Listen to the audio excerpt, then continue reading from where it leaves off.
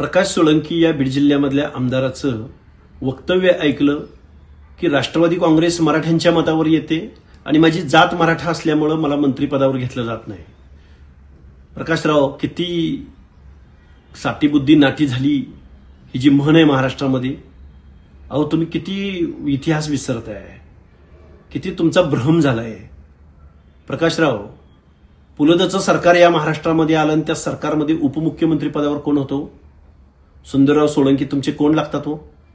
आणि राष्ट्रवादी काँग्रेसला मी कायम जातीवादी राष्ट्रवादी काँग्रेस अजितदादा पवारांची असो की शरद पवारांची असो असं मी म्हणत आलोय। कारण मतं घ्यायची बहुजनांची, मतं घ्यायची ओबीसींची, मतं घ्यायची भटक्या विमुक्त जाती जमातींची आणि काम मात्र पावण्या रावळ्यांचं करायचं।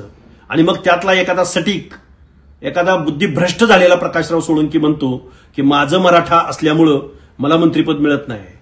प्रकाशराव, तुम्ही जे बीड जिल्ह्याचं नेतृत्व करता ना, त्या बीड जिल्ह्यातल्या धनगरांच्या वाट्याला आजपर्यंत एकही आमदारकी आलेली नाही।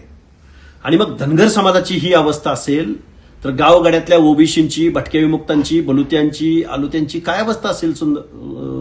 प्रकाशराव, तुम्ही मला एक सांगा, महाराष्ट्रामध्ये 2 नंबरला धनगरांची लोकसंख्या असताना परभणीमधून एकही आमदार होऊ शकत नाही, नांदेडमधून एकही आमदार होऊ शकत नाही, लातूरमधून एकही आमदार होऊ शकत नाही, छत्रपती संभाजीनगर, जालना, धाराशिव एवढ्या जिल्ह्यामधून एकही धनगराचा आमदार होऊ शकत नाही। मी धनगर म्हणण्याचं कारण असं आहे की त्यांची पॉकेट जास्त आहेत, लोकसंख्या लाखोच्या घरामध्ये आहे, त्यांचा एकही आमदार होत नाही।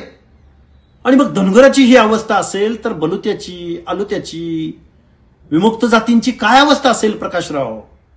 आणि प्रकाशराव, महाराष्ट्रातलं सहकार क्षेत्र असो, खाजगी क्षेत्र असो, कारखानदारी असो, शिक्षण संस्था असो किंवा तिकीट वाटपाचा प्रोग्राम असो किंवा पक्षांची मालकी असो, महाराष्ट्राची तिजोरी असो, परत मंत्रिमंडळातील मंत्रिपद असो, महसूल मंत्रिपद, अर्थमंत्रीपद, सहकार मंत्रिपद, गृहमंत्रीपद, ही पदावरती आरक्षण कोणाचं? प्रकाशराव, अहो, तुम्ही आमदार म्हणून निवडून गेलात, तुम्ही तिथं संविधानाची शपथ घेतली की मी महाराष्ट्रातल्या सर्व जनतेच्या उत्तरदायित्वाची तुमची शपथ आहे, एखाद्या जातीबद्दल अपपर भाव बाळगणार नाही, ममत्व बाळगणार नाही, संविधानाच्या बेसिक तत्वाप्रमाणे माझं वर्तन असेल, आणि तुम्ही म्हणताय माझी जात आडवी येते। प्रकाशराव, साठीबुद्धी नाटी झाली म्हणतात, यामध्ये वावगं काही नाही। मंत्रिपदासाठी किती लाळघोटापणे करताय राव, हे पटलं नाही प्रकाशराव आपल्याला।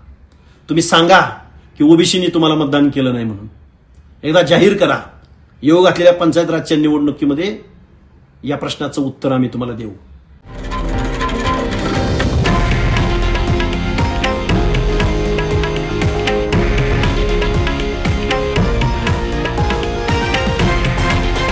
हे आहे देशातील नंबर 1 न्यूज नेटवर्क आणि आपण पाहत आहात TV9 मराठी, एकमेव।